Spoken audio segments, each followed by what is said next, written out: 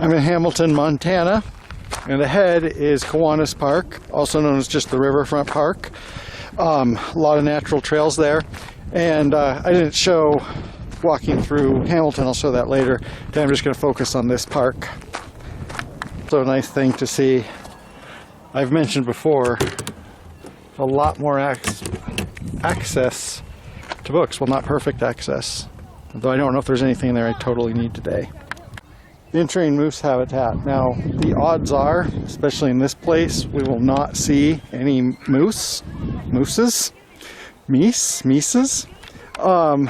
but it is a possibility. And of course, it's habitat for other things than moose. There are black bear here, coyote, puma. So it's just a city park, but it can be quite engaging, although the chances are we will not see anything larger than a goose. So this is very interesting to me. When I came here, first time I was here is 2000 and 2004, and then I lived here 2009 to 2015, more or less. This right here was the main channel of the river. You can see how big that bank is compared to this small stream. Of course, the water's not at its high point here, but it still should be bigger than this. Or not really should be bigger than this, but it was bigger than this. And then at some point between 2015 and 2020, when I was in Chile, I came back, and now this is just a little stream, and the main course of the river is over behind that lines of trees. And also important Hamilton knowledge, this is Mount Downing. That is the most prominent or closest mountain to Hamilton. And then you have Canyon Creek Ridge, or actually Romney Ridge, and then you have Blodgett Canyon, and the other side of that, I don't know if that's Blodgett Mountain, but the mountain on the other side of Blodgett Canyon. And then south of that is Sawtooth Ridge and Ward, which you can't really see through the fire, but we will probably be seeing more of Ward soon. So there's a basic introduction to the mountains of Hamilton and the Bitterroot River. So as soon as we leave that path, this little pedestrian bridge, that also shows where I'm walking now. In June, at the height of snowmelt, all of this would be underwater. And in Oregon, for example, March right now, this is a very, high water mark. But here, where that's driven by snowmelt and not by rain, the flooding doesn't usually come until May or maybe June. And well, that is certainly not beaver cut. I don't think that is either, although beaver are obviously an animal here. Those might have fallen over, might have died and fallen over for a number of reasons. So a little bit of geology by a non-expert.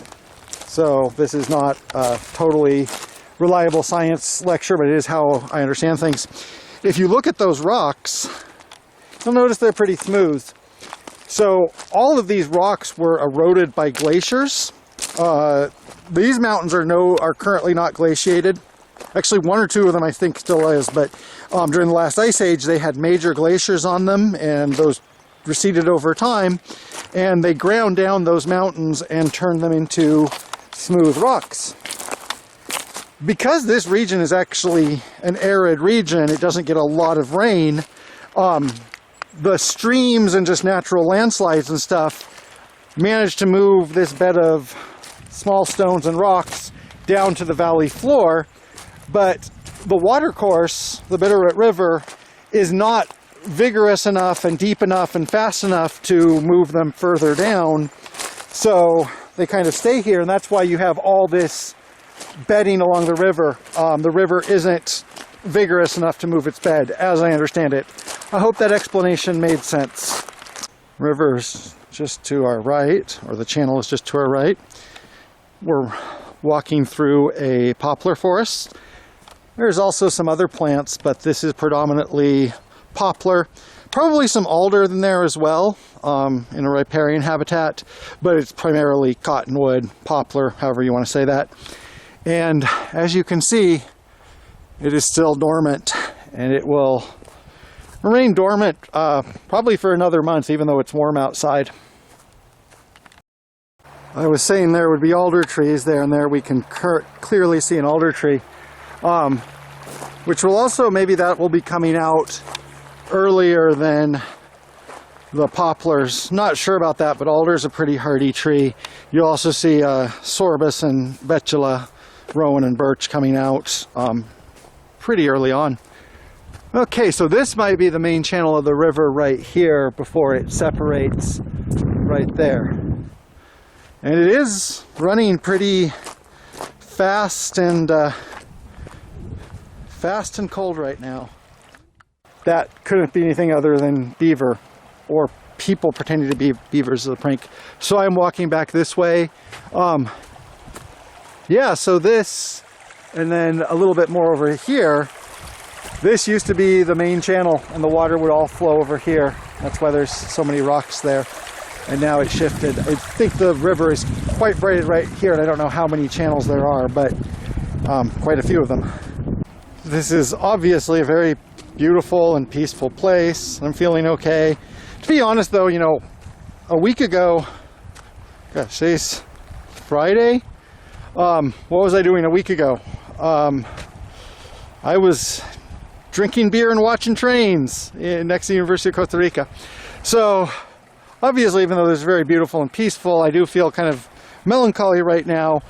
All the things I missed in Costa Rica, I came here and I like them, but then I'm like, oh, what about all the things that I miss about there? So people are hard to please, I guess is the point. But you can just watch this and appreciate it without all those feelings getting in the way.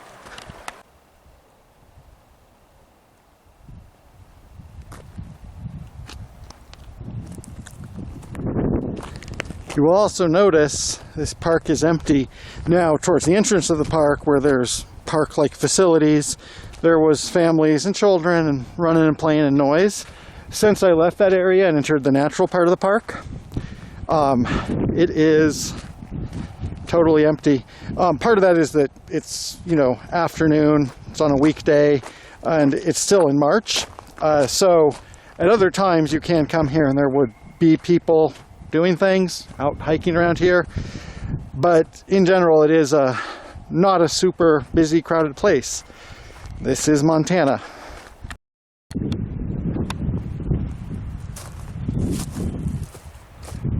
Frisky Cabin.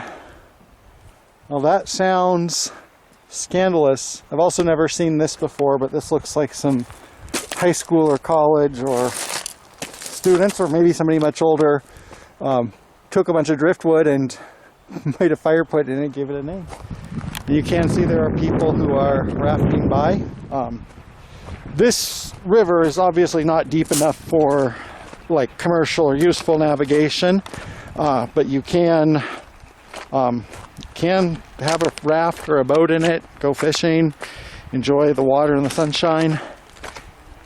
Another thing to note, important, Missoula is a public beach state, including of all waterways.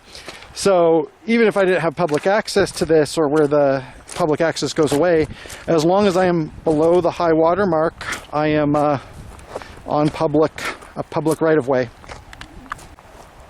We are drawing to the end of the park, and you can, like I said, I could continue on as long as have a path. But at this point, it looks like that kind of dies away, and like I'd be going through open fields and stuff like that. So we'll turn around here. Really beautiful place, and I don't know if I can, you know, talking about it's kind of gilding the lily. And there's a lot more to say about the ecosystem and the hydrography, the hydrology of the water. But I can save that for later. You know, there are a couple places where I just go back and I keep recording. I could really probably make a video about this place every week. Don't know if anybody would watch it, but I would like to do that. And as you saw when we were going in, this is an open forest, so there's a number of paths that kind of weave and interweave through the forest. I'm going to head back on one of them and hopefully not get too lost, but if I do get lost, hey. A lot of bird noise, which is nice. Strangely enough, that was one of my complaints in Costa Rica, which has a lot of biodiversity, but not in the cities. And there are some people ahead, so, and I did see 2 people fishing, people in the raft, so we still have some people out here today. This is also new. This is Skalkaho Bend Park. And the Skalkaho Creek enters the Bitterroot River a little bit past where I was. And I don't know what type of status this park has. It's a city park. It might just be another name for Kiwanis Park in this area. That's all new to me. And we will be seeing, hopefully, a lot of Skalkaho Creek in the coming weeks. Also, I was talking to one of those men, and he told me he did see a moose here. So I guess they are present and active. We chat a little bit about upcoming fire season, that type of thing. Hamilton things. As mentioned, the climate here is dry and cool. And you know, keeping a dry, cool place. So a log like this, that in the Pacific Northwest, you know, would be covered with trees being used as a nurse log, ferns, moss. Here, decays a lot slowly. Might take 5 times as long for something to decay. That looks like some type of nest, but I can't tell what type. And sometimes when I see something like that, that's actually branches that got caught in the tree in high water. And right where I am now, you know, during some wet seasons, this would be underwater right now. But I think that was a nest. 2 paths diverge in a wood. I'm now prepared to be a high school valedictorian. One thing to mention about this park, I don't know how clear it came across in the video, but it's not super large. I don't even think it's a mile. I've walked a mile, like I walked half a mile. And still, like within it, you can tell it's a natural area. There is a sense of solitude, of nature being preserved. So if this is what you get in a city park that is, you know, half a mile square or whatever, imagine what it's like when we're out in those mountains where you can actually walk on trails for 10 or 20 miles in the wilderness where there are no structures. Montana has a lot of space, and it's something that I missed, although now I miss the opposite as well. So it looks like I will be exiting out of a different entrance than I came in. Doesn't make a lot of difference. I'll go to one grocery store instead of another on my way back. And you know, this is just me adjusting and showing some things. Interestingly, it's things I'm both familiar with, but now seem kind of strange and different.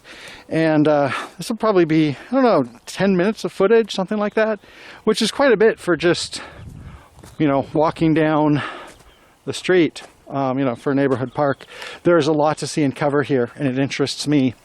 Okay, well, now I'm wrong again, because we actually do have, I can exit that way, or I can go this way. And I think I'm going to go this way, even though I have to walk a little bit longer. So I can go out the way I came in. It all makes sense. So the path does continue that way.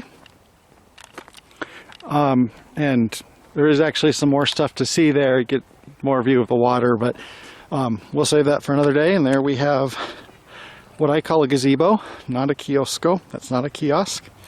Anyway, so there's obviously a lot more parks to see in Montana, and we will be seeing them.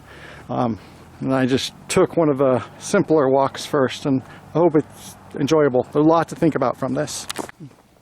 One addendum to that, this is what things look like outside the park. Residential neighborhood. Forgot how big it is and how far it is between the blocks. How physically big Hamilton is.